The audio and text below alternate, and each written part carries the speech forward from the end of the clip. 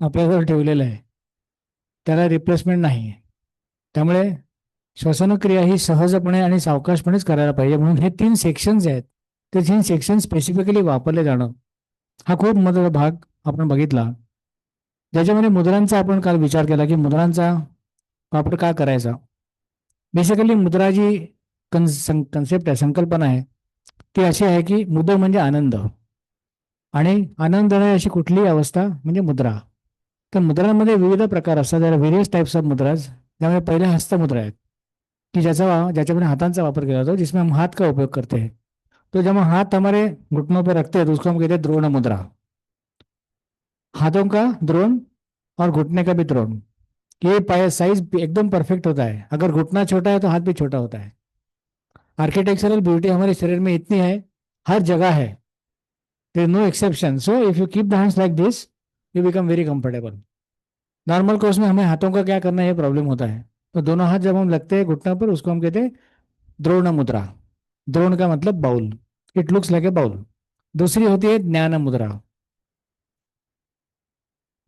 जब अंगूठा और तर्जनी एक दूसरे का जुड़ते हैं उसको हम कहते हैं ज्ञान मुद्रा. Index finger and thumb are together, इसको हम कहते हैं ज्ञान मुद्रा. इसी को हम लोगों ने कल देखा था चिन्ह मुद्रा कहते हैं. अलग अलग नाम होते हैं. अभी इसमें ज्ञान किसका होता है, what is the knowledge which you get. दोनों अंगुली एक दूसरे के साथ जब हम जुड़ती है तो थोड़ा सा यहाँ प्रेस करेंगे तो वी गेट पल्सेशन. इसको हम कहते हैं नाड़ी. नाड़ी देखने की बहुत सारी जगह होती है. नॉर्मल कोर्स में हमारी गुस्सा जब आता है तो यहाँ की नाड़ी दिखती है, जब हम चिल्लाते हैं तो यहाँ की दिखती है. और जब दोनों नहीं होता है तो हम लोग यहाँ चेक करते हैं क्या हो गया. नॉर्मल कोर्स में हम लोग यही करते हैं. तो ये जो होता है ये हमें ज्ञान किसका देता है, कैपिलरी लेवल ब्रीथिंग. यानी श्वास नलिका हमारी नॉर्मल जो होती है उसमें कैपिलरी तक हमारी ब्रीदिंग या प्राण शक्ति का अनुभव मिलता है. फिर दोनों हाथ एक दूसरे का जोड़ के रखने हैं और उसको थोड़ा सा अनुभव करना है कि हाँ पल्सेशन हमें महसूस होता है कि नहीं हो.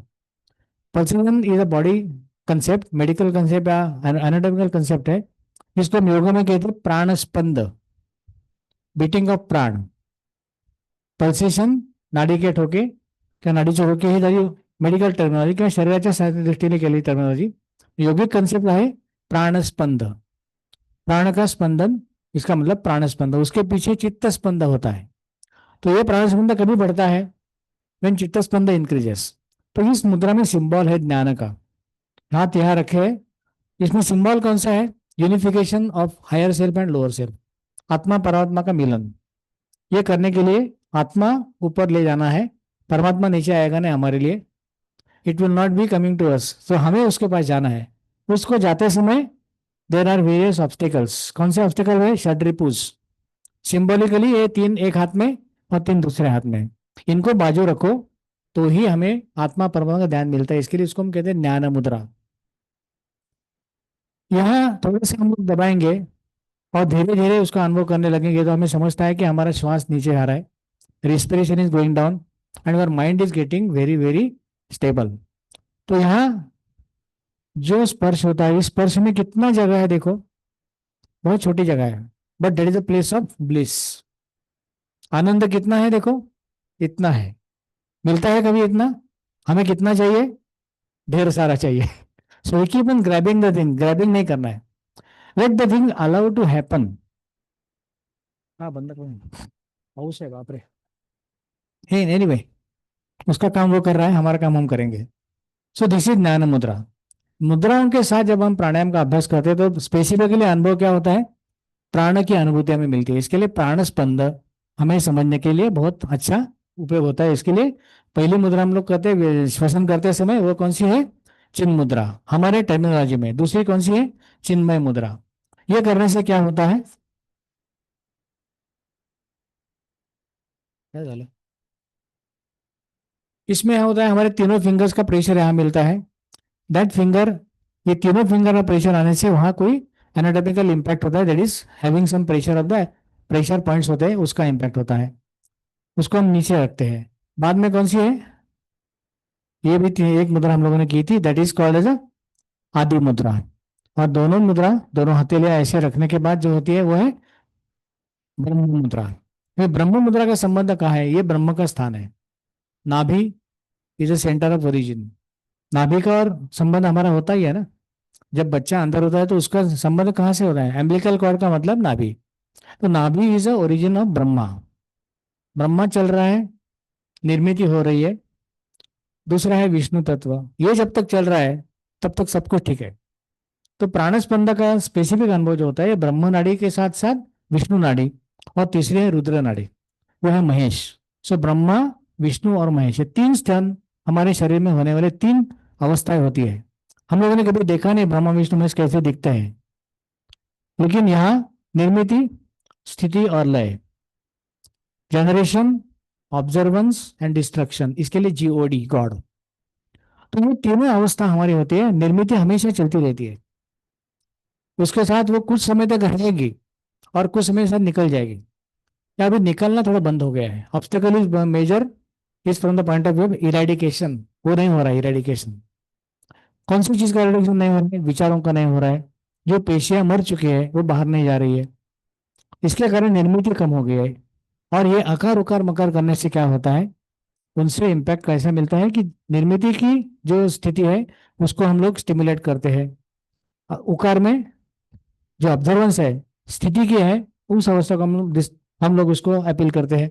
और जब डिस्ट्रक्शन की प्रोसेस होती है मकार, तो ये तीनों शक्तियां एक साथ चलती है। तो ऑब्जर्वेंस इज वेरी इंपॉर्टेंट। इसके लिए मुद्राओं का अभ्यास हम लोग इस योगिक श्वसन में करते हैं।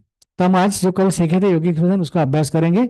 इसमें एक बहुत ही इंपॉर्टेंट सटल पॉइंट है। तो ऐसा है कि जब हमारे पेट को मूवमेंट करते हैं, यानी पेट आगे गया पीछे गया, इसका हमारा ध्यान किधर रहता है? पूरी तरह से हमारे पेट के ऊपर रहता है। उसको हम कहते हैं ग्रॉस अवेयरनेस। अवेयरनेस हम लोग हमेशा बोलते रहे, अवेयरनेस है शब्द हमारे पांचों दिन में आपके ऊपर बम्बार्ड किया जाएगा। जानियो, सजगता। सतर्क का मतलब अलर्ट, और सजगता का मतलब अवेयरनेस। अवेयरनेस का मतलब है जो भी चल रहा है उसके प्रति पूरी तरह से हमारा ज्ञान या हमारा मन उसके साथ जुड़ा हुआ है। तो जब हमारा उदर श्वसन होता है, उदर श्वसन करते समय हम क्या सोचते हैं? मेरा पेट सांस छोड़ने के बाद अंदर गया, मैं उधर थोड़ा रुका, उसके बाद मैंने सांस लिया तो पेट बाहर आ गया, छोड़ते समय फिर से एक बार मेरा पेट अंदर गया। तो हमारा पूरा ध्यान किसके तरफ होता है? प्योरली ऑन द बॉडी, शरीर। The moment you shift to aakar, your attention is remove from abdomen and it goes to vibrations. स्थूल और सूक्ष्म ये जो भाग होता है हमेशा, yoga is a journey of gross to subtle. Gross का मतलब शरीर, सटल का मतलब which is beyond the body, शरीर के आगे जाके जो भी है उसके प्रति सजग होना है। तो हमारे इस स्विचिंग ओवर में बहुत इंपॉर्टेंट होता है कि हम लोग पहले करने वाले दो दो उच्चार हम लोग करेंगे। उदर श्वसन 2 बार, पूर्व श्वसन 2 बार और स्कंद श्वसन 2 बार, और तीनों श्वसन आकार उकार मार्ग के साथ वो 2 बार। दूसरी बार जो होना है वो उच्चार के साथ होना है, और पहला जो होना है वो विदाउट उच्चार, विदाउट चैंटिंग। कल हम लोगों ने ऐसे ही किया, सब चैंटिंग के साथ ही किया था। We should note the difference between gross and subtle. पेट की मूवमेंट हो रही है, क्या हो रही है, बस उसका ध्यान ही हमें रखना है पहले उच्चार में। और दूसरे उच्चार में हमारा ध्यान कहाँ होना चाहिए? आकार की कंपनों का अनुभव लेना है। आकार का उच्चार कभी से होता है, कहाँ से होता है? गले से होता है, लेकिन इम्पैक्ट कहाँ है? नाभि के ऊपर है। सो आकार की कंपनों का अनुभव इस ब्रह्म नाड़ी के आसपास होने वाला है।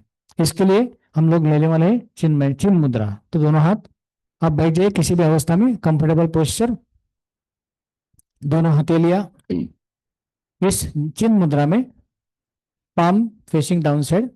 Don't keep the hand hanging, ऐसा हैंगिंग मत रखो, थोड़ा पीछे रखो। So your support will be there. और ये उंगलियां ढीली रखनी है, बिल्कुल तनाव नहीं रखने की कोई जरूरत नहीं। Just simply join this 2 fingers, keep the palm down side, this is called चिन्ह मुद्रा। आंखें बंद, दोनों हाथों की चिन्ह मुद्रा हम लोगों ने की है। हमारा पूरा ध्यान शरीर की स्थिति की तरफ है। शारीरिक स्थिरता, श्वसन की सहजता और मन की एकाग्रता, इन तीनों का एक साथ अनुभव लेना है। अब हम करने वाले हैं उदर श्वसन, एब्डोमिनल ब्रीदिंग, सेक्शनल ब्रीदिंग या विभाग श्वसन का, उदर श्वसन का अभ्यास हम लोग करने वाले हैं। उसके लिए पूरी तरह सांस को बाहर छोड़ दीजिए, एक्सेल आउट कंप्लीटली। पेट को अंदर ढीला छोड़ दीजिए, थोड़ा रुकना है इस जगह पे। अब धीरे से सांस अंदर लेनी है। Inhale deeply right up to abdomen, abdomen को बल्ज करना है, उसको फुलाना है। पूरा सांस लेने के बाद थोड़ा रुकना है और धीरे धीरे सांस को छोड़ना है। Try to exhale as slow as possible. सांस छोड़ने के बाद पूरी तरह से रुक जाना है, अनुभव लेना है अंदरूनी खालीपन का।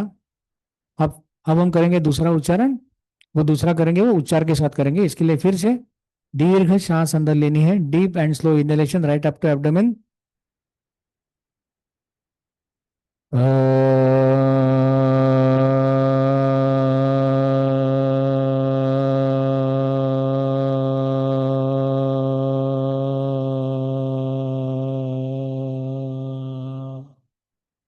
थोड़ा रुक जाइए, श्वास अपने आप शुरू हो जाएगी। हैव 2 to 3 नॉर्मल ब्रीदिंग्स, 2-3 बार नैसर्गिक श्वसन का अनुभव लेना है। उसके बाद हम लोग करने वाले हैं ऊर्ध्व श्वसन या थोरेसिक ब्रीदिंग या वक्ष श्वसन, छाती का श्वसन, जिसमें छाती का एक्सपेंशन वर्टिकली और हॉरिजॉन्टली दोनों कक्षों में करना है। सबसे पहले पूरी तरह सांस को बाहर छोड़ दीजिए, वर्टिकल कॉन्ट्रेक्शन ऑफ चेस्ट, ऊपर से नीचे और दबाव, खालीपन का अनुभव। धीरे से सांस अंदर लेने, expand your chest maximum and slowly exhale without chanting. धीरे धीरे सांस छोड़ना है, जितनी धीरे से हम छोड़ सकते हैं उतना छोड़ना है। आफ्टर एक्सेलेशन होल्ड ऑन, खालीपन का अनुभव लेना है। अब हम करने वाले हैं उसके साथ उकार। फिर से एक बार दीर्घ पूर्वक भरपूर धीरे से सांस अंदर लेनी है। ओ,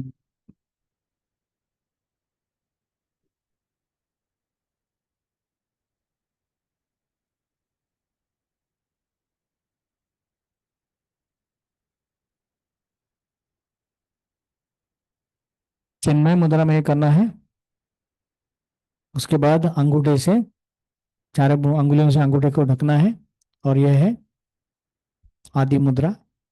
अब हम करने वाले हैं कंधों का श्वसन, शोल्डर ब्रीदिंग या क्लेविकुलर ब्रीदिंग या जत्रु श्वसन। धीरे से कंधों को ढीला करना है सांस छोड़ते समय, slowly down side the shoulders. थोड़ा रुकना है, दीर्घ धीरे से सांस अंदर लेने, expand your vertical angle shoulders. धीरे धीरे सांस को छोड़ना है, bring down your shoulders slowly, कंधों को ढीला छोड़ देना है। कंप्लीट एक्सेलेशन के बाद अंदरूनी खालीपन का अनुभव। अब हम करने वाले हैं मकार। इसके लिए फिर से एक बार expansion of shoulders, inhale deeply by lifting the shoulder little bit.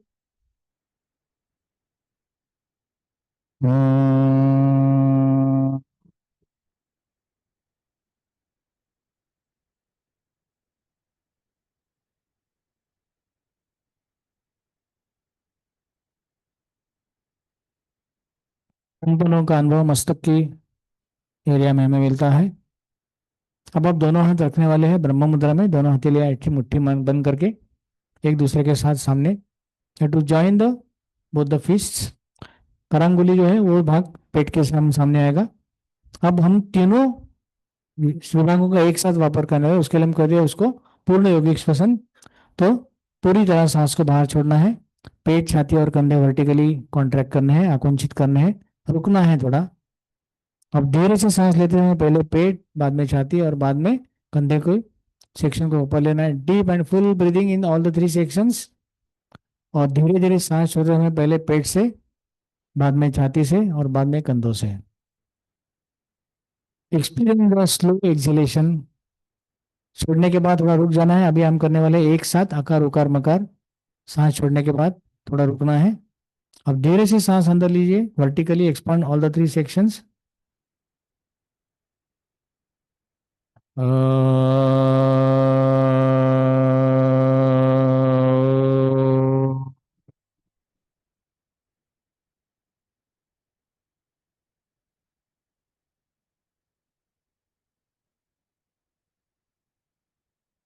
Enjoy lingering vibration through out the body, पूरे शरीर में कंपनों का अनुभव। धीरे से आंखें खोलनी है। 2-3 चीजें इसमें बहुत इंपॉर्टेंट है। श्वसन का हम लोग जब अभ्यास करते हैं आकार उकार मकार के साथ या उसके बगैर, आकार के साथ करने से क्या होता है, अपने आप एक्सहेलेशन प्रोलॉन्ग होता है। एक बात निश्चित है, हम लोग जब उच्चार करते हैं तो श्वसन छोड़ते समय ही उच्चार कर सकते हैं। When I am inhaling, can I talk? I cannot talk, बराबर है। जब मैं सांस अंदर रोकता हूं तो मैं बोल सकता हूं, नहीं बोल सकता। मैं कब बोल सकता हूं? मैं और आप दोनों। You can exhale, you can speak only when you are exhaling. सांस लिया, छोड़ दो, ऐसे बोलेंगे तो अपने आप फटक से सांस छूट जाता है। कंट्रोल जो होता है वो कैसे कैसे मिलता है? एक्सेलेशन के साथ जब हम उच्चार करते हैं तब कंट्रोल मिलता है। इट गेट्स ऑटोमेटिकली प्रोलॉन्ग, आपको कुछ करने की जरूरत नहीं। और दूसरी इंपॉर्टेंट बात क्या है, जब हमारी सांस छूटती है तो हम उच्चार नहीं कर सकते, वो ऊंचा जर्क वाला होता है। तो हमेशा आदमी फिसलता कब है? When he climbs down. उतरते समय हम हमेशा आदमी फिसलते, चढ़ते समय नहीं फिसलता है कोई भी। तो उतरने के ऊपर कंट्रोल जब लाना है, उतरते हम धीरे धीरे आता है। इसके लिए सांस छोड़ते समय स्लो एक्सेलेशन, जितना आप स्लो करोगे ना उतना आनंद ज्यादा मिलने वाला है। प्रैक्टिस के लिए यही इंपॉर्टेंट है। हम लोग डेली इसके अभी प्रैक्टिस करने वाले हैं। हम 3 आवर्तन कल से शुरू करेंगे, क्योंकि उसमें जो इम्पैक्ट मिलता है वो बहुत ही डीप होता है। It removes all the stress of the mind. जब जैसे हमारा निश्वास, हम लोग स्ट्रेस जाता है तो क्या करते हैं हम लोग? हाँ, व्हाट इज दैट? एक्सलेशन ही है, बाकी कुछ नहीं। छोड़ देने की आदत पहले डालो, पकड़ने की आदत बंद करो। योग कैसे जीना है, how to live the yoga? Don't hold anything with you, because it is not going to be with you. समुद्र में जाइए, समुद्र के किनारे, और मुट्ठी में रेती पकड़िए। क्या होता है? With in a minute it slips away. कितना रहता है हाथ में? बस उतना ही हमें चाहिए। जो मेरा नहीं है उसको छोड़ दो। सांस भी मेरा नहीं है, बाकी तो पूरी प्रॉपर्टी का सवाल ही नहीं आता है। हम लोग सिर्फ जिंदगी में उसके पीछे भागते रहते हैं। ठीक है, इतना प्रवचन देने दिया नहीं है। अभी आगे की मैं प्रोसेस मुद्राज को देता हूँ। She will explain me certain things and hand over to me at 7:45 7:50। बाद में हम लोग 8:15 तक बाकी दूसरे सेशन देखने वाले। हरिओम। मुझे थोड़ा लेट होगा क्योंकि ट्रैफिक में फंस गया था।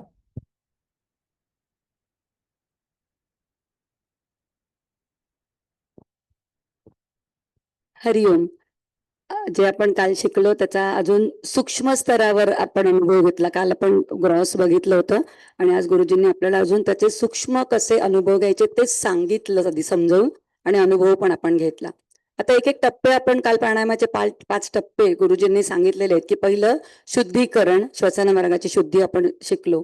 नंतर दुसरा टप्पा नियमन त्यांनी सांगितलं होतं, म्हणजे डिसिप्लिनिंग किंवा कंडिशनिंग, जे आपण आता केलंय. म्हणजे सेक्शनल ब्रीदिंग म्हणजे आपण त्या श्वसनाचे जे ते सगळे लंग्सचे पार्ट्स त्यांना छानपैकी तयार करण्याच्यासाठी ते आता हे केलेत. आता अजून एक भाग असतो की आपण हे शिकतोय एकीकडे, दुसरी गोष्ट काहीतरी नैसर्गिक काही अडथळे पण आपल्या श्वसनामध्ये असू शकतात किंवा काही श्वसन दोष असू शकतात.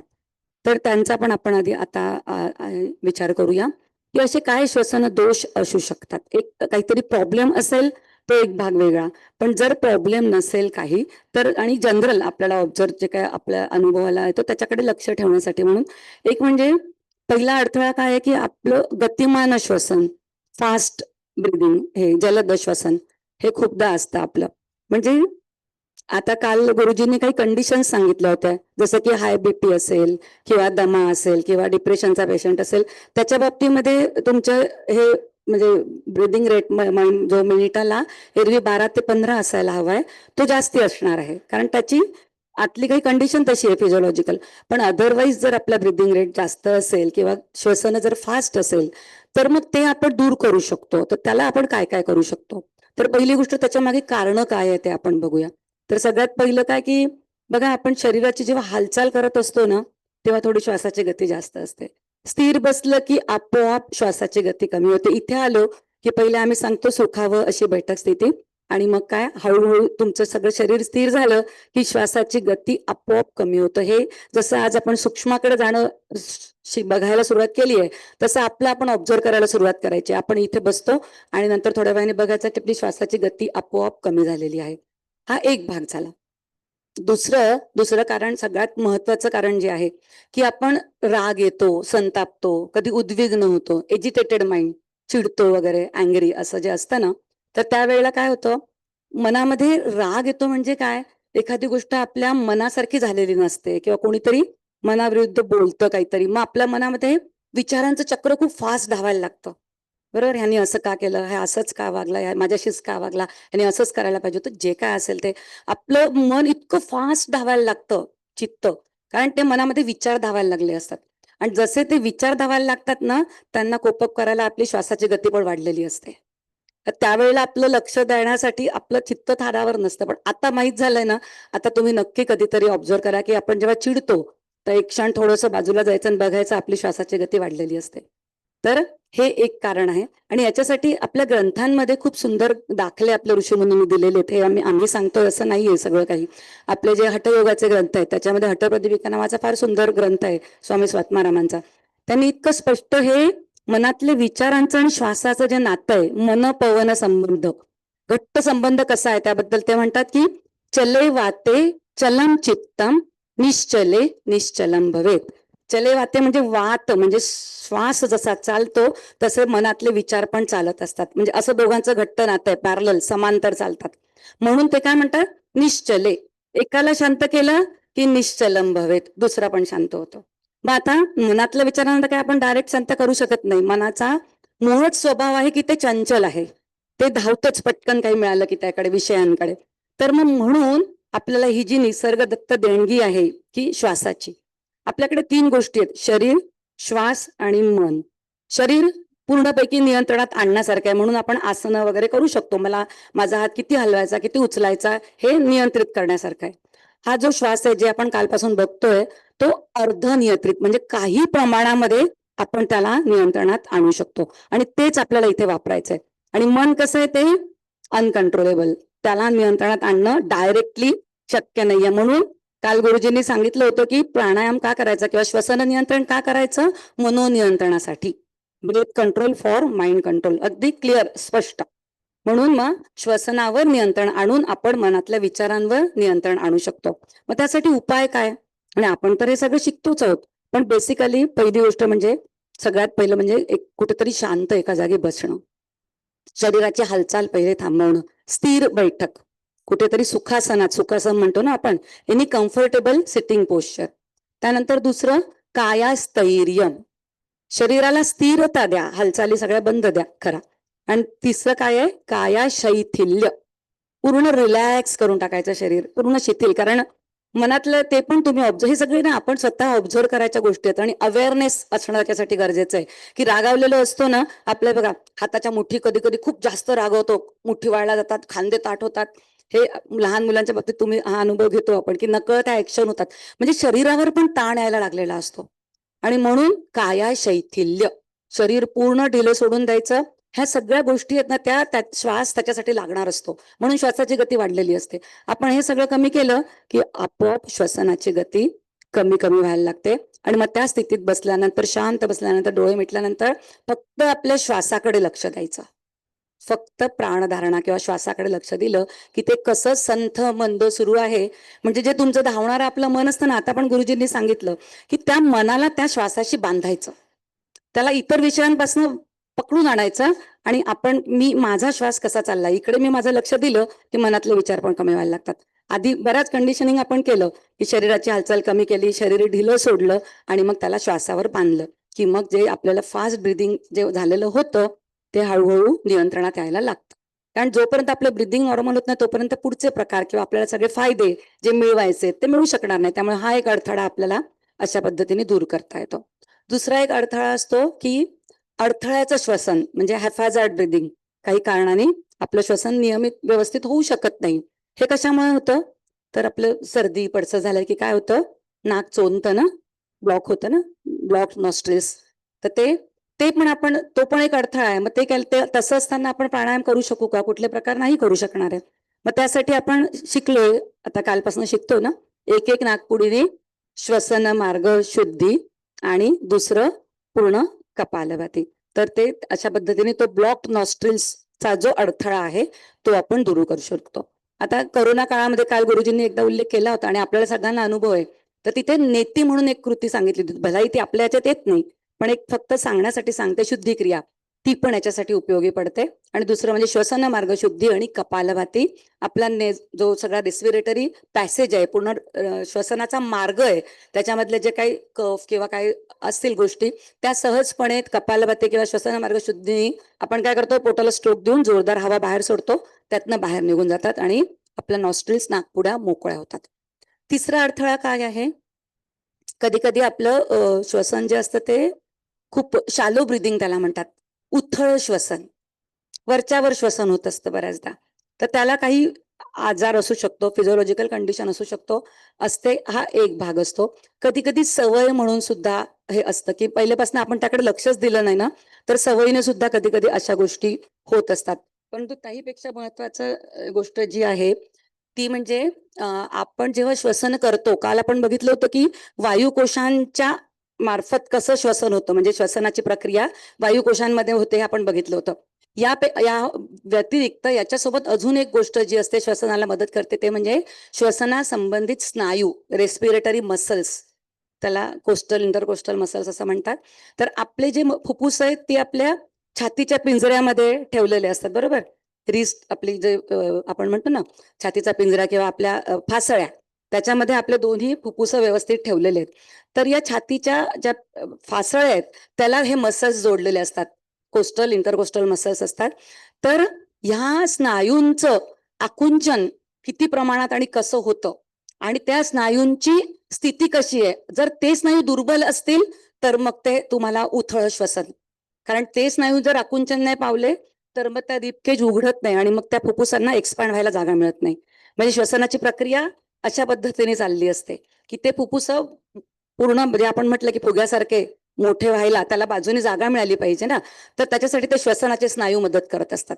त्यामुळे ते जर दुर्बल असतील तर सुद्धा आपल्याला नीट श्वसन होऊ शकत नाही किंवा शालो ब्रिदिंग ज्याला आपण म्हणतो, वरच्यावर उथळ श्वसन असं ते होत असतं.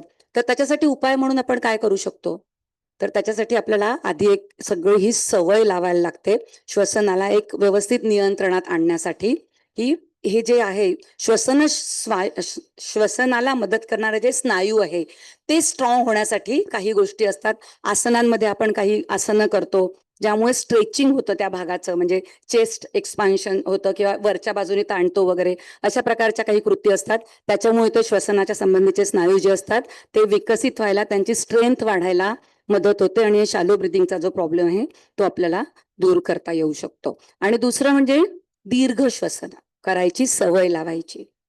दीर्घ श्वसन म्हणजे जे आपण काल आपण पहिले जे शिकलो की ॲब्डॉमिनल ब्रिदिंग, म्हणजे भरपूर श्वास भरून घ्यायचा, उदरापर्यंत जाईल अशा पद्धतीने. म्हणजेच काय, संपूर्ण जितकी क्षमता. मात्र इथे एक गोष्ट नेहमी लक्षात ठेवायची, यथाशक्ती. प्राणायाम करताना म्हणजे ग्रंथांनीच पुन्हा पुन्हा हा संदर्भ दिलेला आहे. हठपरिविका ग्रंथामध्ये ते स्वामी स्वात्माराम पुन्हा पुन्हा सांगतात, यथाशक्ती निरंतर. तुम्हाला फायदे हवे असतील तर एक दिवस करून काहीही मिळणार नाही. यथाशक्ती, ऍज पर युअर कपॅसिटी. क्षमता ओलांडायची नाही. आज मला थोडं जमतंय, ठीक आहे, रोज रोज रोज निरंतर, रोज रोज रोज प्रॅक्टिस केल्याने माझे सगळे शरीरातले सगळे स्नायू तयार होतील, माझे मसल्स तयार होतील, माझे जे फुफ्फुस आहेत ते तयार होतील. आणि जे सूक्ष्म अनुभव आपल्याला, हे तर अजून एक्सटर्नल आहे, शरीर हे तर माध्यम आहे फक्त. खरं आपल्याला कुठे जायचंय, आत जायचंय. जे गुरुजी आज सांगत होते की सूक्ष्माकडे वळायचंय. प्राण हा श्वास तर त्याचं बाह्य हे आहे, खरं म्हणजे मन सूक्ष्म हे आहे आणि खरं म्हणजे ती प्राणशक्ती आहे. त्या शक्तीपर्यंत आपल्याला पोहोचायचंय किंवा तिचा अनुभव घ्यायचा आहे. आणि हे तर फक्त एक्सटर्नल, फक्त आपलं मीन्स आहे. परंतु तेच आधी आपल्याला सुधरवायला हवं. म्हणून ह्या श्वसनासंबंधी बारकावे सगळे आपल्याला समजून घ्यावे लागतात. तर मग दीर्घ श्वसन म्हणजे आपल्या क्षमतेप्रमाणे जेवढं जास्तीत जास्त आपण छानपैकी शांतपणे बसून करू शकतो ते करायचं, थोडंसं थांबायचं आणि मग सोडताना यथाशक्तीच ते सोडायचं. पण दरवेळेला आपला प्रयत्न असेल की सोडण्याचा कालावधी हा घेण्याच्या कालावधीपेक्षा वाढवावा. आमच्या गुरुजी नेहमी सांगायचे की कुठल्या प्रमाणात अडकायचं नाही, प्रमाण रहित. कारण पुन्हा तुम्ही त्या टेक्निकमध्ये अडकत गेलात की मग आपला जो हा त्याच्याशी जोडलं जाणं आहे ना, तो संबंध तुटून जाईल. मग मग तुम्ही सूक्ष्माकडे वळणार नाही. मग तुम्ही 1 2 3 4 5 मोजत बसणार. म्हणून सुरुवातीला ठीक आहे, आपल्याला सवय होईपर्यंत, अंदाज येईपर्यंत 4 म्हणेपर्यंत घेतला, 8 म्हणेपर्यंत सोडला, 6 म्हणेपर्यंत सोडला, 1 2 4 दिवस समजायसाठी म्हणून. पण अदरवाईज सवय जी आपल्याला लावायची आहे ती न मोजता टेक्निकमध्ये न अडकता हळूहळू सवय लावायची, प्रमाणविरहित यथाशक्ती हे सगळे प्रकार आपल्याला करायचे असतात. हा यथाशक्ती शब्द, निरंतर शब्द, तिसरा एक शब्द पुन्हा पुन्हा ग्रंथांमध्ये येतो, शनै शनैही. सगळं काही ह्या प्राणायामाचे सगळे मारुतस्य विधी सर्वम मनोयुक्त समभ्यासत. एक तर मनापासून करा आणि दुसरं शनै शनैही, हळूहळू करायचे. घाईनी उरकणं हे कधीच होता कामा नये. मला कमी वेळ असेल मी कमी करीन, पण ते पूर्ण जसं मला शिकवलं गेलेलं आहे, जसं मला समजलंय, माझ्या शरीराची क्षमता समजून यथाशक्ती केलं गेलं पाहिजे.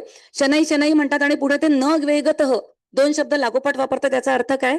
कारण स्वात्मारामांना तेव्हापासून माहितीये की माणसं आपण कसे आहोत, आपण घाई करतो कोणत्याही गोष्टीची. तो शब्द रिपीट सांगण्याचा अर्थ काय असतो नेहमी, की पुन्हा पुन्हा तुम्ही स्वतःला कंट्रोल करा, की घाई होता कामा नये, वेगाने कोणती गोष्ट करू नका. असे खूप छान रेफरन्सेस आपल्याला ग्रंथांमधूनच मिळालेले आहेत आणि म्हणून आपल्याला ते त्या मार्गावर जाण्यासाठी खूप छान गायडन्स करत असतात. आणि अशा पद्धतीने आपल्याला ह्या प्राणाला हळूहळू हळूहळू नियंत्रणात आणून हे सगळे टेक्निक शिकायचे. याच्या बाबतीत सुद्धा एक श्लोक मला आठवला. यथा सिंहो गजो व्याघ्रो भवेत वश्यः शनै शनैः तथैव सेवितो वायुः अन्यथा हंती साधकम. चक्क इशारा दिलेला आहे ग्रंथांनी, की जसं वाघ, सिंह हे जे हिंस्र पक्षी प्राणी आहेत, त्यांना भवेत वश्यः शनै शनैः, त्यांना हळूहळू नियंत्रणात आणावं लागतं. ते असे पहिल्या दिवशी ऐकणार नाही, तसंच मन आहे आणि तो श्वास आहे. तथैव सेवितो वायू, त्या वायूला तुम्ही सावकाश त्याचं सेवन करा, अन्यथा हंती साधकम. इशारा आहे. मग उद्या असं म्हणायचं नाही की चुकीचं केल्यानंतर काही त्रास झाल्यानंतर जबाबदार कोण आहे? आपण चुकीचं केलेलं आहे. म्हणून नीट समजून घेणं. ह्या प्राणायामाच्या 5 दिवसाच्या याच्यात पहिल्या दिवशी सगळे प्रकार शिकवून टाकता आले असते आपल्याला, परंतु हे बारकावे हे त्या प्रकारांपेक्षाही जास्त महत्वाचे आहेत, जे आपण कालपासून शिकतो आहोत. तर याच्या पुढच्या काही गोष्टी नवीन आपण आज पुन्हा शिकणार आहोत. त्यासाठी पुढचे सूत्र मी गुरुजींकडे देते. हरिओम. हरिओम. खूपच छान. आपल्याला अगदी स्पेसिफिक माहिती याच्यामध्ये मिळालेली आहे. योगाचा अभ्यास करताना आपल्याला एक गोष्ट लक्षात ठेवायची असते की there is no quick fix. पटकन काही होणार नाही. याचं कारण जीवनशैली येते. It's a lifestyle. म्हणजे काय नेमकं? लाईफस्टाईल म्हणजे काय? जी कुठली गोष्ट आपण करतो ती नेहमी पूर्ण सजगतेने करायची, विथ कम्प्लीट अवेअरनेस. आता त्यांनी जो उल्लेख केला प्राणशक्तीचा, त्या प्राणशक्तीबद्दल खूप छान महत्वाची माहिती आपल्याला एका उपनिषदामध्ये मिळते. त्याचं नाव प्रश्नोपनिषद. प्रश्नांचं उपनिषद आहे. 5-6 प्रश्न विचारले एका 6 ऋषींनी. कोणाला? पिप्पलाद ऋषींना विचारले. पिप्पलाद सुद्धा विद्वान होते, ऋषी पण विद्वान होते. त्यांना काही कळत नव्हतं म्हणून प्रश्न विचारले गेले नाहीत ते. पण हे सगळं कोरडं कसं आहे ते समजण्यासाठी त्यांच्याकडे गेले. ते म्हणले 1 वर्ष तुम्ही माझ्या आश्रमात राहा, तुम्ही अभ्यास करा आणि तुम्हाला काही कळलं तर मला सांगा. गंमत बघा कशी आहे, की सांगण्याची पद्धत कशी आहे. आणि मला जर माहिती झाली तर मला त्याची उत्तरं देईल. त्यांना माहिती होतं ह्यांना सगळं माहिती आहे आणि ह्यांना माहिती होतं ह्यांना सगळं माहिती व्हायला पाहिजे. बेसिकली त्यांचा इम्पॅक्ट कुठे होता? स्वानुभव. आता पहिल्या समजतं असं की हे एवढं आहे, धडा धडा धडा संपलं. त्यामध्ये प्राणाचा रेफरन्स खूप छान प्रकारे दिलेला आहे. आणि त्याच्यामध्ये त्यांनी स्पेसिफिक सांगितलं की प्राणाच्या अंकित सर्व गोष्टी आहेत. प्राणस्य इदम वशे सर्वम. प्राणस्य इदम म्हणजे इदम म्हणजे हा प्राण, त्याच्या वशाला काय आहे? त्रिदेव येत प्रतिष्ठितम. या तिन्ही लोकांमध्ये जेही सुप्रतिष्ठित आहे ते सगळ्या प्राणाचे अंकित आहे. सो ऑल चल अचल सजीव निर्जीव सगळ्या गोष्टी ह्या प्राणाच्या पासून निर्माण झालेल्या आहेत. इतकं स्पेसिफिक आहे. नथिंग इज विदाउट प्राण. हे दगड जरी असलं त्याला प्राण आहे त्याच्यामध्ये. तो स्वतःहून हालत नाही, त्याचा आपल्याला जाणीव होत नाही, पण दगडामध्ये पण प्राण. सगळ्या गोष्टीमध्ये प्राण आहे. सो whatever is manifested in the all the 3 words. 3 word कुठली? स्वर्ग, पाताळ, पृथ्वी. उरले 2 आपल्याला माहिती नाहीत. बरोबर आहे. पण त्याचा अनुभव पण रोज घेतोय. स्वर्गानुभव कधीतरी मिळतो आपल्याला. कसं कधी मिळतो? गाडीत शिरायला मिळालं, स्वर्ग मिळाल्याचा आनंद होतो. बसायला मिळाला, मोठा स्वर्ग मिळाल्याचा आनंद होतो. पाताळ कधी असतं? खूप कटकटी असतात तेव्हा पाताळात गेला तर नरकात गेला. म्हणजे हे तिन्ही लोक जे आहेत त्या तिन्ही लोकांमध्ये जे काही सुप्रतिष्ठित आहे, व्हॉट एव्हर इज मॅनिफेस्टेड, त्याच्या अंडर कंट्रोल ऑफ प्राण. मग ते प्राणाकडे काय मागतात? मातेव पुत्रान रक्षस्व. माता ज्यामुळे पुत्राचं रक्षण कर. पुत्र म्हणजे इथे मुलगा असं नाही, कुठल्याही अपत्याने, तर मुलगाचाच का उल्लेख केला असं काही नाही. अपत्य, त्याची काळजी माता ज्याप्रमाणे घेते त्यामुळे तू आमचं रक्षण कर. आणि इथे बघा रक्षणासाठी फेमिनाईन पॉवर मागितली त्याने, मॅस्क्युलाईन वापरलेलं नाही, कारण ती पॉवर काही कामाची नसते. हे तुम्हाला माहिती आहे, मलाही माहिती आहे. माता ज्याप्रमाणे पुत्राचं रक्षण त्यामुळे तू माझं रक्षण कर. What you give us to us. स्त्रीच्या प्रज्ञाची विधेयी नाही ती. स्त्री आणि प्रज्ञा श्री म्हणजे काय, संपत्ती, आणि प्रज्ञा म्हणजे बुद्धी. या दोन गोष्टी अंमल दे. प्राणच्छेदम वशी सर्वम त्रिदेव यत् प्रतिष्ठितम मातेव पुता रक्षस्व श्रीश प्रज्ञाशी विधेय. न म्हणजे आम्हाला, न म्हणजे नाही असं नाही. आम्हाला काय दे, श्री आणि प्रज्ञा. काय गंमत आहे बघा, त्यांनी पहिल्यांदाच श्री मागितली, पहिली संपत्ती मागितली. याचा अर्थ त्यांना आजच्या काळाची जाणीव होती, असा अर्थ काढायचा नाही. श्री म्हणजे शरीर संपत्ती. You give us wonderful power of body. If your body is good you can do anything. आणि प्रज्ञा म्हणजे बुद्धी. बुद्धी म्हणजे कुठली इंटेलेक्च्युअल लेवल नाही, विवेक बुद्धी. प्रज्ञा म्हणजे काय, प्रज्ञान देणारी ती प्रज्ञा. प्रज्ञा ही खूप वरच्या स्तराची बुद्धी आहे. ऑर्डिनरी काही मागितलेलंच नाही बघा तुम्ही. इतकं छान ह्या प्राणाकडनं मागितले, ते तोच प्राण आपण आताचा अभ्यास करतो. त्यामध्ये 5 प्रकार प्राणाचे सांगितलेले आहेत. शरीरामध्ये 5 प्रकारचे प्राण आहेत, त्यांना मुख्य प्राण असं म्हटलेलं आहे. आता ह्या सगळ्या प्राणाचा संबंध कुठे आहे, सगळे विश्वासी आहे. कॉस्मिक लेवलला पण हे 5 प्राण आहेत. शरीरामध्ये 5 प्राण. पहिला कुठला आहे, प्राण म्हणजे इनहेलेशन एक्झेलेशन. त्याचा संबंध कुठे आहे, सूर्य. सूर्य आहे तर तुम्हाला सगळ्या काही गोष्टी मिळत आहेत. सूर्य नाही की काय होतं तुम्हाला माहिती आहे. सो कॉस्मिक लेवलला सूर्य हे त्याचं प्राणाचं स्थान आहे. शरीरामध्ये मुख आहे त्याचं स्थान आहे. याचं कारण काय, ऊर्जा कुठून मिळते आपल्याला. We get 3 energies from this face only. श्वास नाकातनं मिळतो, पाणी आणि अन्न तोंडातनं मिळतं, आणि डोळ्यातनं आणि कानातनं ज्ञान मिळतं. जे काय तुम्ही घेता आणि देता ते सगळे ह्या भागात आहे. म्हणून त्याचं स्थान कुठे आहे, चेहऱ्यामध्ये आहे. आणि त्याचं फंक्शन काय, रेस्पिरेशन, श्वसन क्रिया हे प्राणाचं मुख्य काम आहे. म्हणून त्याचा संबंध कुठल्या संस्थेशी आहे, श्वसन संस्थेशी हा प्राण जोडलेला आहे. दुसरा आहे अपान, प्र आणि अन म्हणून प्राण. त्यानंतर अप आणि अन म्हणजे अपान. अपान संबंध कशाशी आहे, एक्सक्रिशन, सोडून द्यायचं. मग एक्सक्रिशन कुठलं कुठलं असतं, हवेचं असतं, पाण्याचं असतं, मलमूत्राच्या माध्यमातून ते पण असतं. So whatever is connected with the excretory process that is connected with the apana vayu. म्हणून प्राण रेस्पिरेशन, अपान एक्सक्रिशन. त्यानंतर आहे व्यान, व्ही आणि अन. व्ही म्हणजे वाहने, कंटिन्यूस फ्लोइंग ऑफ द प्राण थ्रू आउट द बॉडी.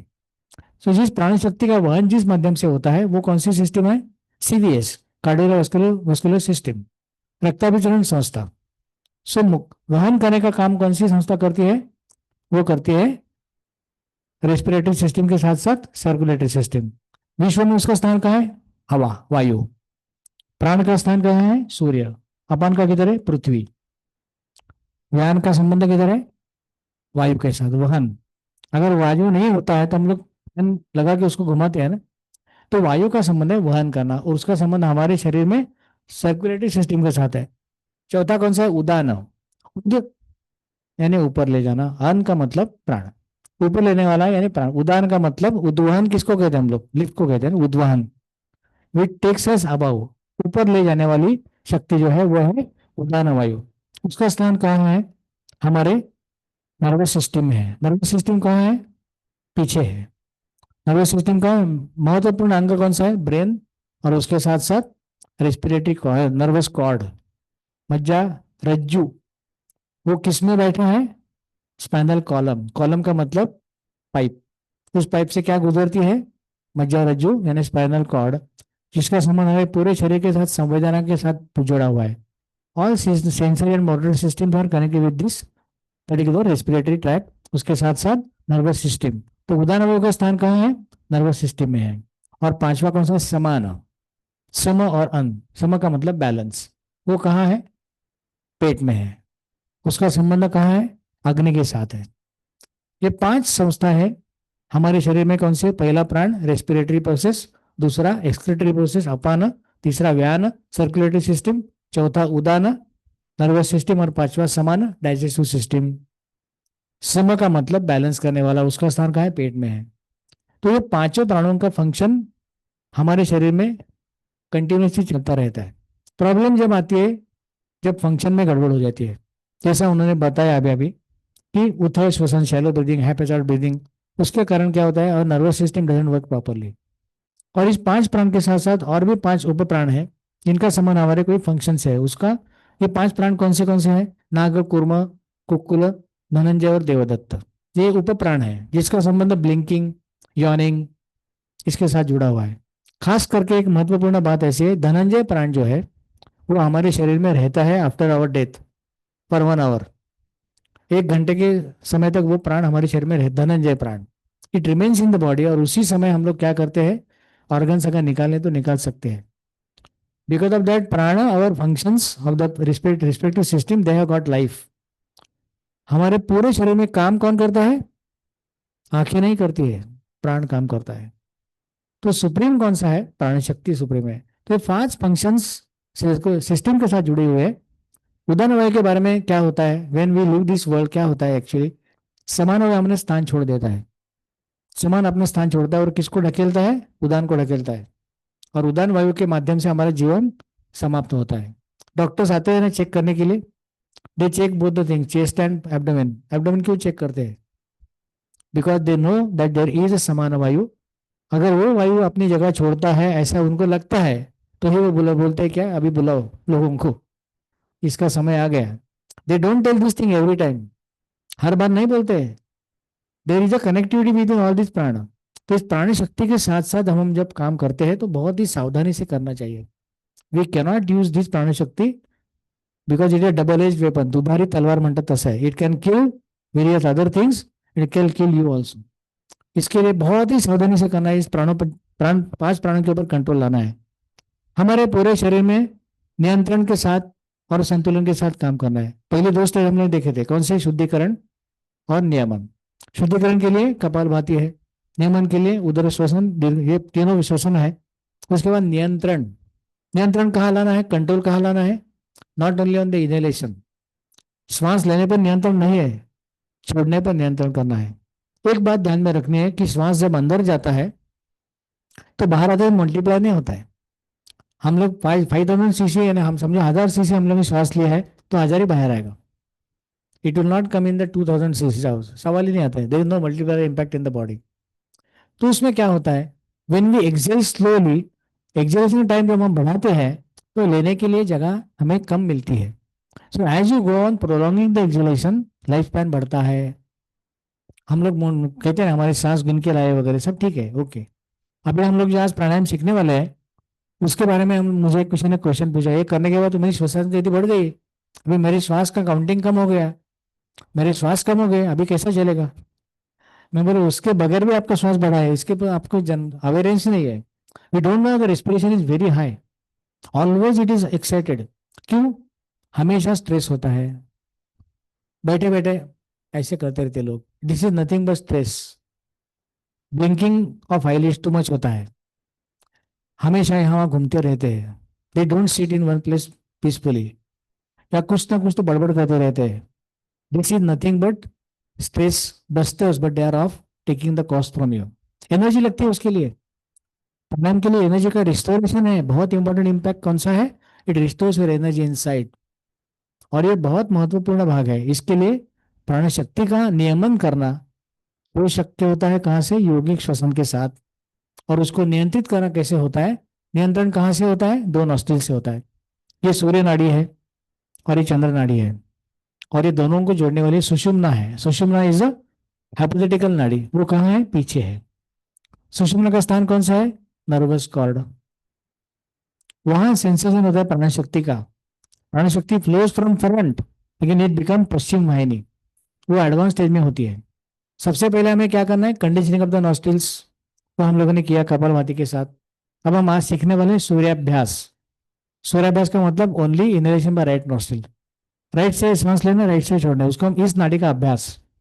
उसके बाद है चंद्राभ्यास, और बाद में हम लोग आज जो प्राणायाम सीखने वाले हैं वो हठयोग के दिए हुए प्राणायाम से 8 में से 6 हम लोग यहाँ सीखने वाले हैं। सबसे पहले हम देखेंगे सूर्याभ्यास। सूर्याभ्यास करने के लिए क्या करना है हमारे? पहली बात तो डेमोन्स्ट्रेटर को फोकस करो, मेरे ऊपर फोकस नहीं रहेगा, फोकस डेमोन्स्ट्रेटर, हाँ ठीक है, करेक्ट, क्योंकि वो दिखना चाहिए, मेरा बोलना दिखना नहीं चाहिए। थोडं पुढे घ्या अजून, नाही पुढे घ्या थोडं, आणि जमलं तर पुढे घ्या अजून थोडं, हां म्हणजे ठीक आहे ना? दिसतंय ना बरोबर ऑनलाईन वाल्यांना? या लोकांना काय problem, they can see him. Online वाला फक्त स्पेसिफिक तो दिसला पाहिजे, ठीक है। एनीवे, सूर्याभ्यास का मतलब क्या है? Inhalation by right and exhalation by right only. इसके लिए अंगुली मुद्रा ध्यान में रखनी है।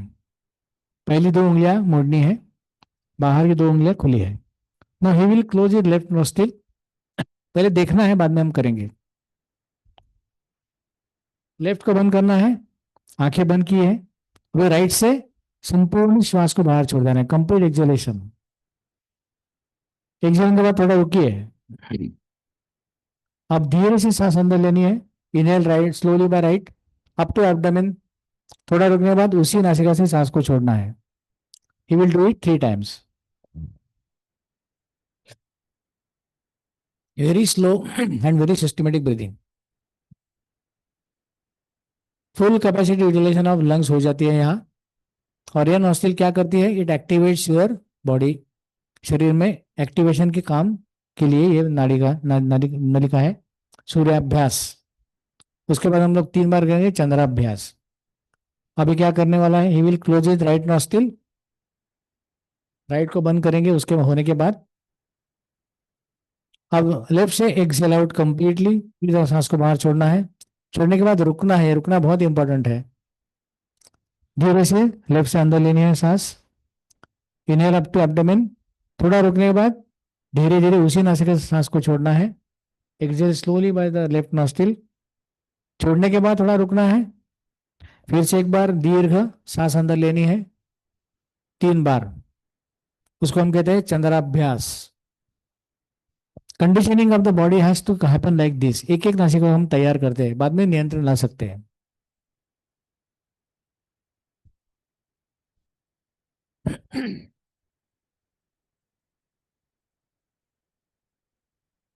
यहाँ कहीं भी हम लोग कुंभक नहीं लगाते। There is no holding of the breath and don't hold the breath without any guidance. कुंभक की प्रक्रिया को करना ही नहीं है यहाँ। हम लोग सिंपल प्राणायाम करने वाले हैं। That is more more than required to be frank. बहुत ही अच्छा उनका लाभ मिलने वाला है। अभी हम लोग जो देख रहे हैं उसमें हम लोगों ने क्या किया, what we have done, we have tried to prolong the process of inhalation exhalation, जिसको कहते हैं गति विच्छेद। गति का विच्छेद का मतलब कम करना है, बढ़ाना। There are 2 types of ways in which we can do the gati vichchhed. एक तो गति बढ़ा के, गति कम करके। उसके लिए 8 प्राणायाम बताए हैं पतंजलि, ये घेरंडल से या हठ प्रदीपिका में। सूर्य भेदन उज्जाई, शीतकारी शीतली तथा भस्त्रिका भ्रामेर मूर्छा प्लाविनी अष्टकुंभका। सूर्यभेदन, उज्जाई, शीतकारी, शीतली, भस्त्रिका, भ्रामरी, मूर्छा और प्लाविनी, ये 8 प्राणायाम है। इसको हम कहते हैं अष्टकुंभक। उन्होंने वर्ड यूज क्या किया है, कुंभक।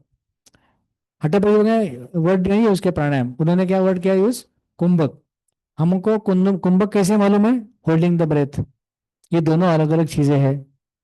Don't get confuse with the word kumbhaka. सूर्य भेदन उज्जाई, शीतकारी शीतली तथा भस्त्रिका भ्रामेर मूर्छा प्लाविनी अष्टकुंभक। ये 8 कुंभक में, उसमें हम करने वाले कौन से नहीं, मूर्छा और प्लाविनी हम लोग नहीं करने वाले। वो बहुत ही एडवांस प्राणायाम है।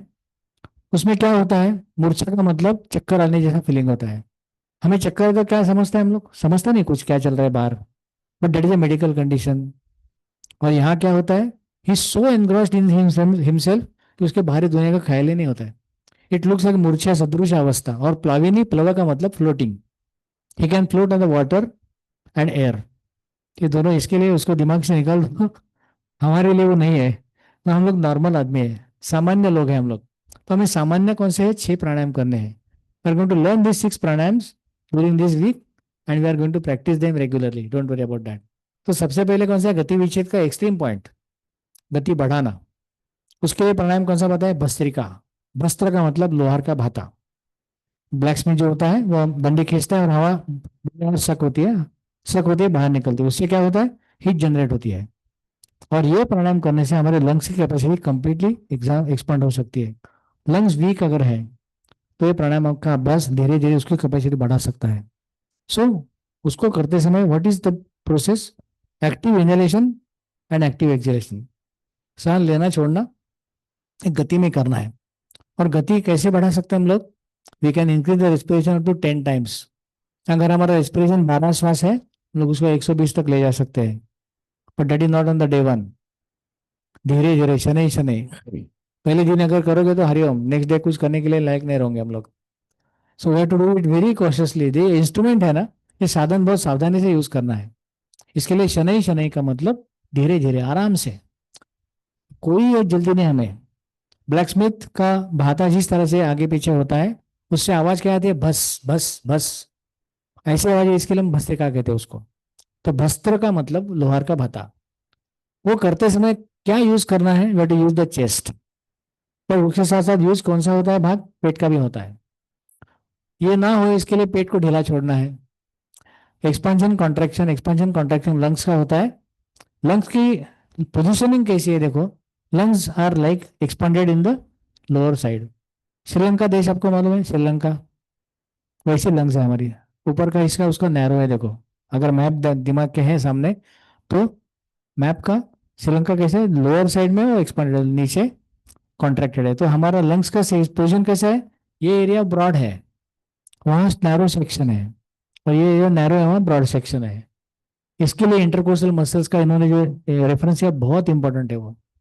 इंटरकोस्टल मसल्स इंडिकेट होने से क्या होता है, कंडीशन होने से lungs get expanded in all the three sections, apical, middle and lower.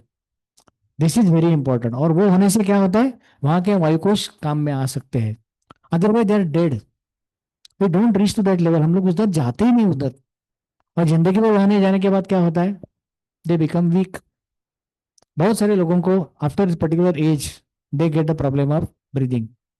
श्वसन का सॅटिस्फॅक्शन नाही मिळत आहे असं बोलते वो. श्वासाचं मला समाधान मिळत नाही.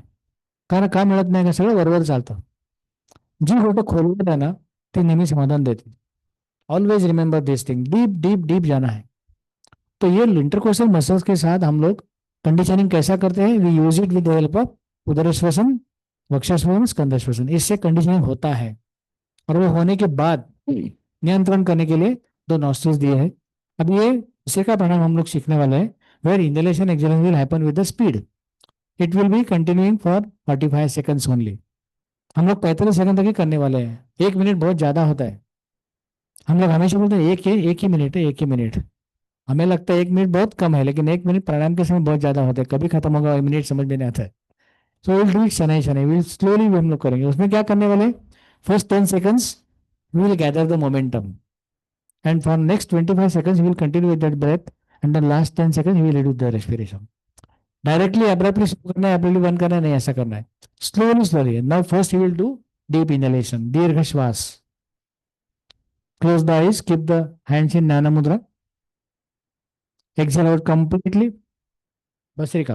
हाँ, ज्ञान मुद्रा, कंप्लीट एक्सेलेशन. उसके बाद धीरे धीरे श्वास की गति हम बढ़ाएंगे. फोकस ऑन, हाँ गणेश, ठीक. He will start inhalation, exhalation at a speed, धीरे धीरे. He will gather the momentum in 10 seconds. Now he will continue with the speed. नाही, बरोबर आहे, बरोबर. व्यवस्थित हो, दिसते दिसते नको मध्ये नको. Very nice. Slowly reduce the speed, धीरे धीरे गति कम करते जाइए.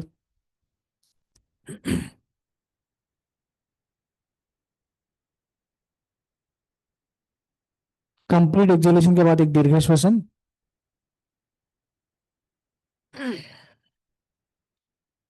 इसमें देखिए 2-3 चीजें बहुत इंपॉर्टेंट है. आवाज नहीं करना है. बसरे का हम लोग जब देखते हैं, लोग कितना आवाज करते हैं, बड़ा बड़ा आवाज करते हैं. पहले फ्लीट मारते थे ना हम लोग मच्छर के लिए, वैसा आवाज होता है. आवाज की जरूरत ही नहीं है. आवाज कभी आता है, निकलने लगे समय आवाज आता है, श्वास लग जाता है हमें. अभी आवाज आ रही है किसकी, श्वास की, सवाल ही नहीं आता है, आउट ऑफ क्वेश्चन. भस्त्रिका प्राणायाम आवाज जरूर आना चाहिए, लेकिन इतना भी नहीं कि आदमी डर जाए. Exhalation inhalation should happen at a speed. और वो स्पीड कौन सा होता है, suitable for the lungs. How to suit the lungs, what is the capacity of lungs, expansion contraction, आकुंचन प्रसरण. ये प्रसरण आकुंचन यहाँ इस प्राणायाम में बहुत अच्छी तरह से होता है. खास करके जो माउंटेनियरिंग करते हैं या हाई एल्टीट्यूड पे जाते हैं, उनके लिए भस्त्रिका प्राणायाम वरदान है. और जिनको श्वसन की तकलीफ है, they are not able to do the proper breathing, उसकी लंग्स की कंडीशनिंग इस प्राणायाम से होती है. गति विच्छेद का एक्सट्रीम पॉइंट है, गति बढ़ाई है हम लोगों ने. एक बात इंपॉर्टेंट है, जिनको हाइपरटेंशन है वो ये प्राणायाम ना करे. एक बात, पहली बात. हार्ट का प्रॉब्लम है, हार्ट का प्रॉब्लम बहुत जेनरिक टर्म है. हार्ट का प्रॉब्लम का मतलब क्या है, कि कोई पेनिंग होता है, या रिसेंटली एंजियोप्लास्टी एंजियोग्राफी हुई या बाईपास हुई है, तो they have to do it with under guidance only. बाकी कोई लोग भी कर सकते हैं. अगर हाइपरटेंशन है कि नहीं पता ही नहीं मुझे, पता ही नहीं मुझे, मला मनी मेरा ब्लड प्रेशर क्या है मुझे चेक नहीं किया बहुत दिन में। और आजकल उसके पैरामीटर भी कम ज़्यादा होते रहते हैं, पहले 80/20 आइडियल होता, अभी 90 भी चलता है। और ऊपर कहाँ थे जाएगा, ऊपर नीचे आएगा, डॉक्टर ही बोलते हैं, तो क्या we don't know the parameter exactly. So what is the best parameter? हमारा ब्रेन। जो करने के बाद मुझे अगर चक्कर आनी है तो मुझे नहीं करना है, वेरी सिंपल। ये प्राणायाम करने के बाद अगर किसी को तकलीफ होती है तो immediately stop it, because we don't know medical condition of everybody. हर एक को क्या क्या तकलीफ है मालूम नहीं है, हमने फॉर्म में लिखा है लेकिन फॉर्म में देखा किधर है हम लोगों ने।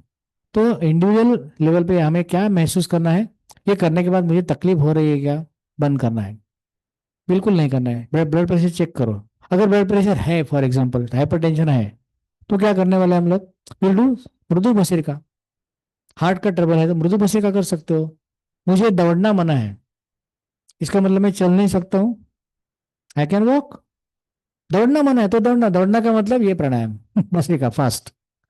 चलने का मतलब मृदु भस्त्रिका, वो कैसे करते हम लोग देखेंगे, I will show you that, very simple.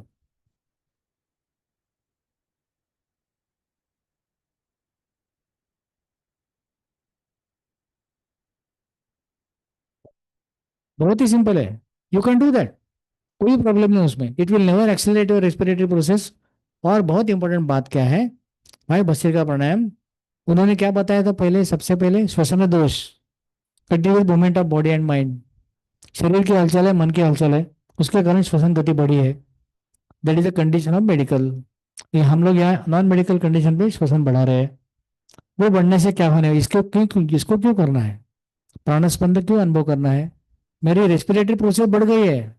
कल हम लोग ने क्या देखा था, 12 श्वसन, 72 स्ट्रोक्स ऑफ हार्ट, नाड़ी के ठोके कितने होते हैं, 72। ये कहाँ 12 का कितना होने वाला है, समझो 60 हो जाएगा। डज इट मीन दैट आपका 5 गुना पल्सेशन बढ़ने वाला है, no way. Beauty of bhastrika is that it is not increasing your respiratory your pulsation, even though you are increasing your respiration। दोनों में प्रोपोर्शनेट है ना, हम लोग निकलते गए 12 बार श्वास लिया, नाड़ी के ठोके कितने होते हैं, 72। 12 का 120 होगा, 720 थोड़ी होने वाले, फुट जाएगा आदमी। Beauty of bhastrika without any provocation on the body and mind level, we are using our respiratory process full. In spite of that, हमारी श्वसन गति बढ़ाने के बावजूद हमारा रेस्पिरेशन के साथ साथ पल्सन नहीं बढ़ता है। एक्चुअली पल्सन कम होता है कभी कभी, because mind is completely focused.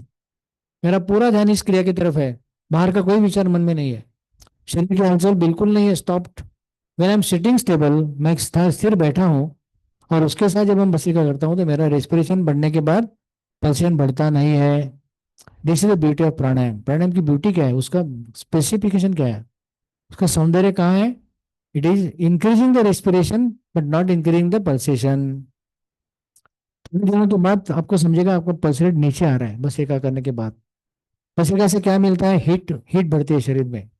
1-2 minute हम लोग करने के बाद यहाँ हाथ रखिए, गर्म होता है यहाँ, वैसे भी वो गर्म ही है, तो उसको और गर्म क्यों करना है। It is a reaction of the body, और ये कांस्टेंट गर्म होता है, ये reaction of the person. Medically यह एक कहावत है हिंदी में बहुत अच्छी, पाव गरम, पेट नरम, माथा ठंडा, तो हकीम को मारो डंडा। पाव गरम, और लेग शुड बी वार्म, पेट नरम और माथा ठंडा, पूरा उल्टा हो गया है। पाँव ठंडे पड़ गए हैं, ये पूरा टाइट हो गया है, और ये भड़क गया है, स्वास्थ्य बिगड़ गया है कंप्लीटली। तो ये करने से और ये बढ़ने वाला क्या, ऐसा कुछ होने वाला नहीं है। It is going to impact only lungs. फिर से एक बार हम देखेंगे bhastrika, he will show you. पहिले एक दीर्घ श्वसन करे, भरपूर श्वास घ्यायचा, सावकाशपणे सोडायचा, आणि त्यानंतर भस्त्रिका सुरू।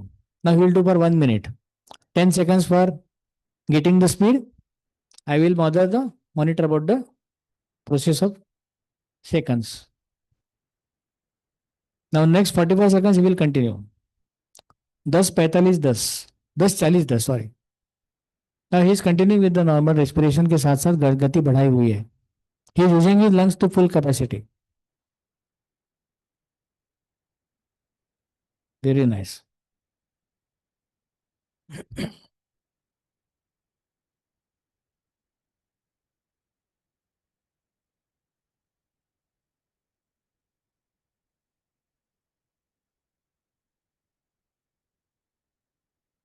आधा मिनट हुआ है।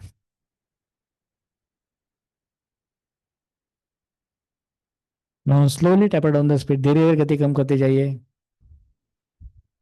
Slowly slowly reduce the speed. After you completely stop, have one deep breathing, दीर्घ श्वसन का अभ्यास।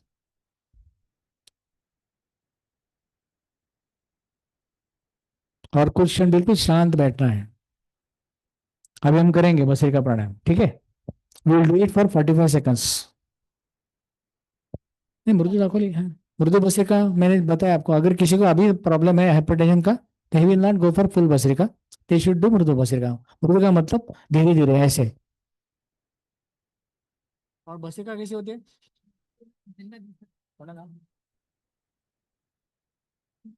मुवमेंट नाही से काही. नाही नाही, पोटाची हालचाल करायचीच नाही, पोट ढिलेच सोडून द्यायचे. होते पोटाची हालचाल, as a reaction of the body. नाही दिसलं तरी चालेल. मृदु भस्त्रिका कैसे करते हैं? और भस्त्रिका कैसे होती है?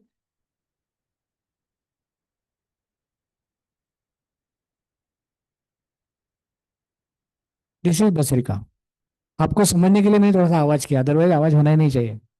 ऐसा लगेगा कि क्या कर रहा है ये आदमी, कुछ मूवमेंट ही नहीं है कि नहीं है? ठीक है। टेक द पोस्चर, कोई भी सुखा हुआ बैठक अवस्था, take any comfortable body posture. Keep both the hands in dhyan mudra, दोनों हथेलियां घुटने के पीछे।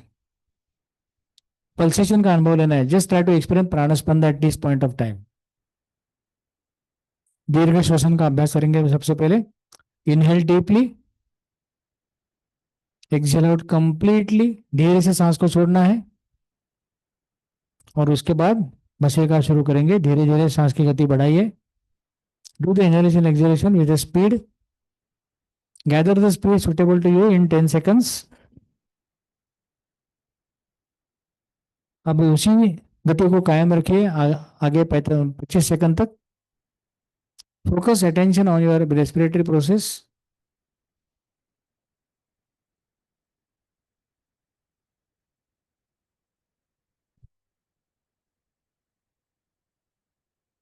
स्लोली रिड्यूस द स्पीड, धीरे धीरे गति कम करते जाइए।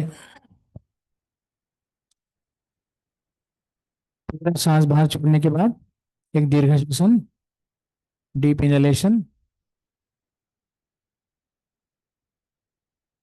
और slow exhalation. Just notice the changes inside, अंदरूनी बदलाव की तरफ ध्यान देना है। इफ यू फील अनकंफर्टेबल और कंजेस्टेड और having any sort of indifferent feeling, please stop this activity, otherwise you will definitely feel energetic। और एक अब आवर्तन हम लोग करेंगे फॉर 45 seconds ओनली। फिर से एक बार तैयार हो जाइए। दीर्घ श्वसन, पहले भरपूर श्वास अंदर लेनी है, पूरी तरह सांस को बाहर छोड़ देनी है। और उसके बाद अभी सांस लेना छोड़ना एक गति से। Get the speed in first 10 seconds। Now continue with the speed for next 25 seconds. Just focus on the breathing process and pulse rate.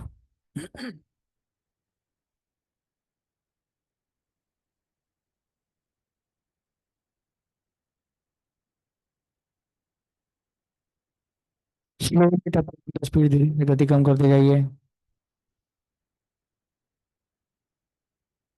Complete exhalation and then one deep breathing, एक दीर्घ श्वसन का अभ्यास।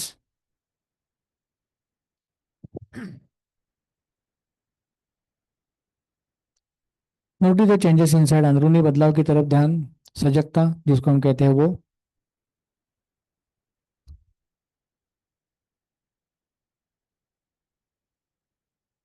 Slowly open your eyes. उसके बाद हम लोग देखने वाले सूर्य भेदन, पहला प्राणायाम जो बताया था कल ग्रंथों में। सूर्य भेदन, उज्जयी, शीतकारी, शीतली, भस्त्रिका हम लोगों ने पहले क्यों सीखा? क्योंकि बाकी सभी प्राणायाम स्लोइंग डाउन वाले हैं, बाकी सभी गतिविषय का एक्सट्रीम पॉइंट नीचे ले जाने वाले, रिड्यूसिंग द स्पीड। ये पहले स्पीड बढ़ाएंगे, लंग्स की कैपेसिटी यूज करेंगे, और बाद में बाकी जब प्राणायाम होता है तो उसका यूटिलाइजेशन बहुत अच्छी तरह से होता है। Lungs are ready for complete inhalation exhalation. उसके लिए पहले गति विच्छेद का एक्सट्रीम पॉइंट, पहले गति बढ़ाइए, और बाद में सभी प्राणायाम ऐसे है कि they are slowing down process, बीच में ये प्राणायाम नहीं करना है। सो सबसे पहले क्या करना है, कपालभाति, उसके बाद 2 आवर्तन या 3 आवर्तन यौगिक श्वसन के, और उसके बाद भस्त्रिका प्राणायाम। उसको करने के बाद धीरे धीरे हम लोग और करने वाले हैं सूर्य भेदन प्राणायाम। सूर्य नाड़ी का मतलब राइट नॉस्ट्रिल, भेदन का मतलब इंटरसेक्टिंग, राइट से लेना है, लेफ्ट से छोड़ना है। राइट नासिका से श्वास लेना है और लेफ्ट से छोड़ना है। पहले एकदम सिंपल है, पहले देखेंगे। रुको, रुकिए रुकिए, आपको ही करना है, कोई तकलीफ नहीं। डावी नाकपुडी बंद केली, उजवीने संपूर्ण रेचक, कंप्लीट एक्झॅलेशन, रेचकानंतर बहिर्कुंभक म्हणजे थांबायचं. आता उजवीने दीर्घ पूरक, डीप इनहेलेशन, उजवी बंद करायची, डाव्या नाकपुडीने जास्तीत जास्त सावकाशपणे रेचक, व्हेरी स्लो एक्झॅलेशन. रेचकानंतर बहिर्कुंभक मध्ये पुन्हा डावी बंद करायची, उजवीने पुन्हा दीर्घ पूरक, deep and slow inhalation up to abdomen, उजवी बंद, डावीने पोटापासून सावकाश श्वास सोडायचा, very slow exhalation right from abdomen. सूर्यभेदन हो गया.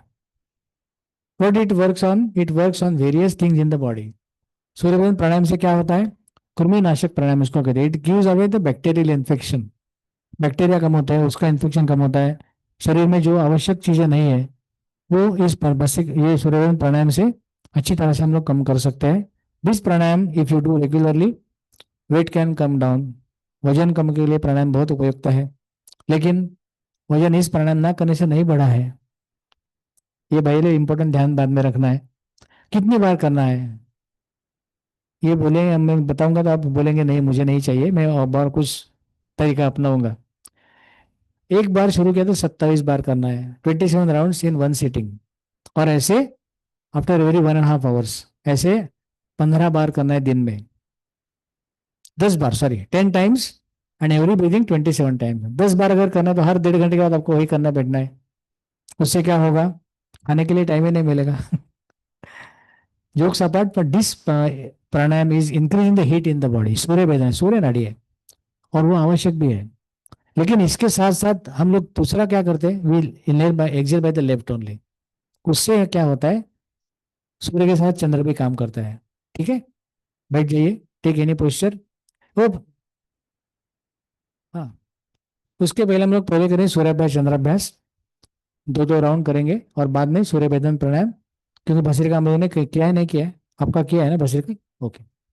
अभी हम लोग करने वाले हैं पहले सूर्याभ्यास 3 राउंड, चंद्राभ्यास 3 राउंड, और बाद में सूर्य भेदन 3 राउंड. ठीक है, और बाद में हम लोग रुकेंगे. Seat comfortably. और दूसरी बात, यूज राइट हैंड ओनली. प्राणायाम में राइट हैंड का यूज करना है, लेफ्ट हैंड यूज अलाउड नहीं है. क्यों नहीं मुझे मालूम नहीं, ग्रंथों में बताया वही, इसके मैं आपको बता रहा हूँ. ये मुद्रा, पहली 2 उंगलियां बंद है और ये खुली है. लेफ्ट को बंद करिए पहले. पहले कोई भी ध्यानात्मक स्थिति में बैठ जाइए. बुद्ध हैंड्स इन ध्यान मुद्रा. अभी एक हाथ आपका अंगुली मुद्रा में है, दूसरा ध्यान मुद्रा में है. हमने लेफ्ट बंद किया है, राइट से कंप्लीट एक्झेलेशन, संपूर्ण श्वास सोडून द्यायचा उजव्या नाकपुडीने, थोडं थांबायचं. आता उजवीने दीर्घ श्वास घ्यायचा. Take deep and slow inhalation and very slowly exhale by right only. जितना हो सके उतना आसानी से सांस को छोड़ना है. छोड़ने के बाद थोड़ा रुकना है. फिर से एक बार राइट से डीप इनहेलेशन, दीर्घ श्वास अंदर, थोड़ा रुकिए और धीरे से सांस को छोड़िए, राइट ओनली. छोड़ने के बाद थोड़ा रुकना है. फिर से एक बार दीर्घ श्वास अंदर राइट से, और स्लोली उसी नासिका से सांस को छोड़ना है. Exhale very very slowly. बहुत अच्छा. Now close your right nostril. हम लोग चंद्राभ्यास करेंगे. दाई नासिका बंद है, बाई खुली है. उजवी बंद आहे, डावी उघडलेली आहे. डावीने संपूर्ण श्वास सोडून द्यायचा. कंप्लीट एक्झेलेशन पोटापासून. सोडल्यावर थोडं थांबायचं. दीर्घ श्वास डाव्या नाकपुडीने घ्यायचा, भरपूर घ्यायचा, किंचित थांबून डावीने श्वास सोडायचा. Exhale bye left only.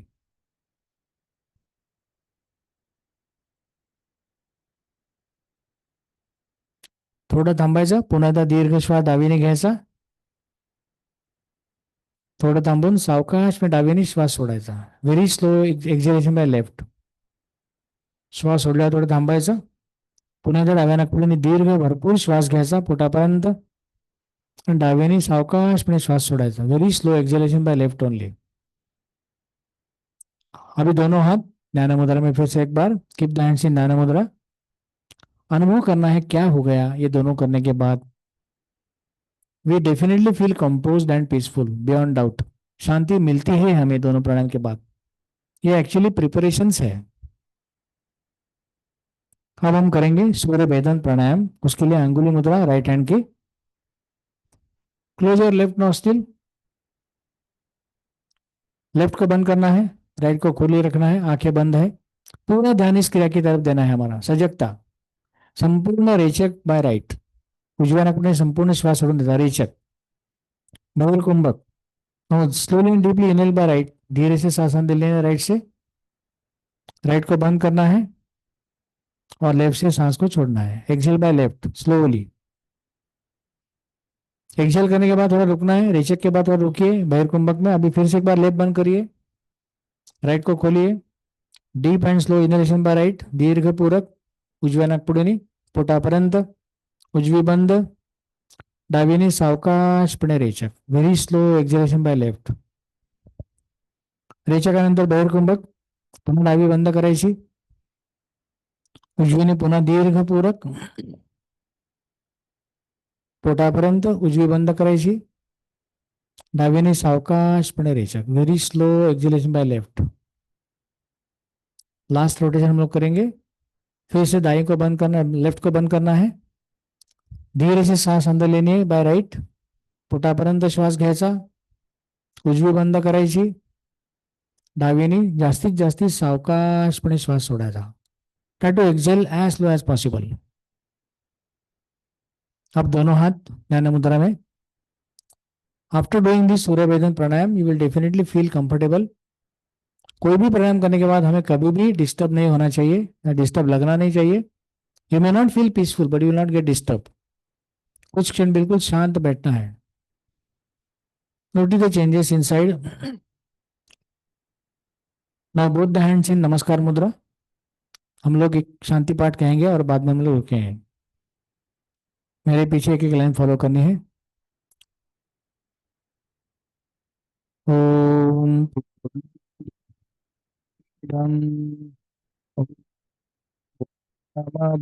पूर्णमिदं पूर्णमुदच्यते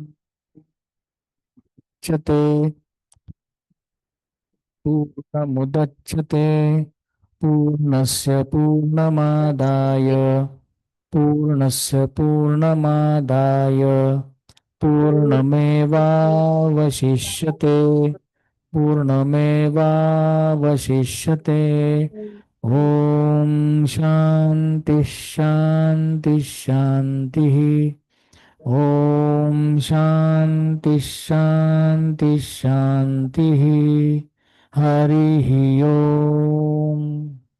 हरि ओम. दोन्ही हात गुडघ्यांवरती ठेवायचे. एक प्रणवोच्चार आपण करणार आहोत. खालच्या पट्टीतला मकार लांबवलेला. श्वास सोडून द्यायचा. भरपूर श्वास घ्यायचा. ओ ओम.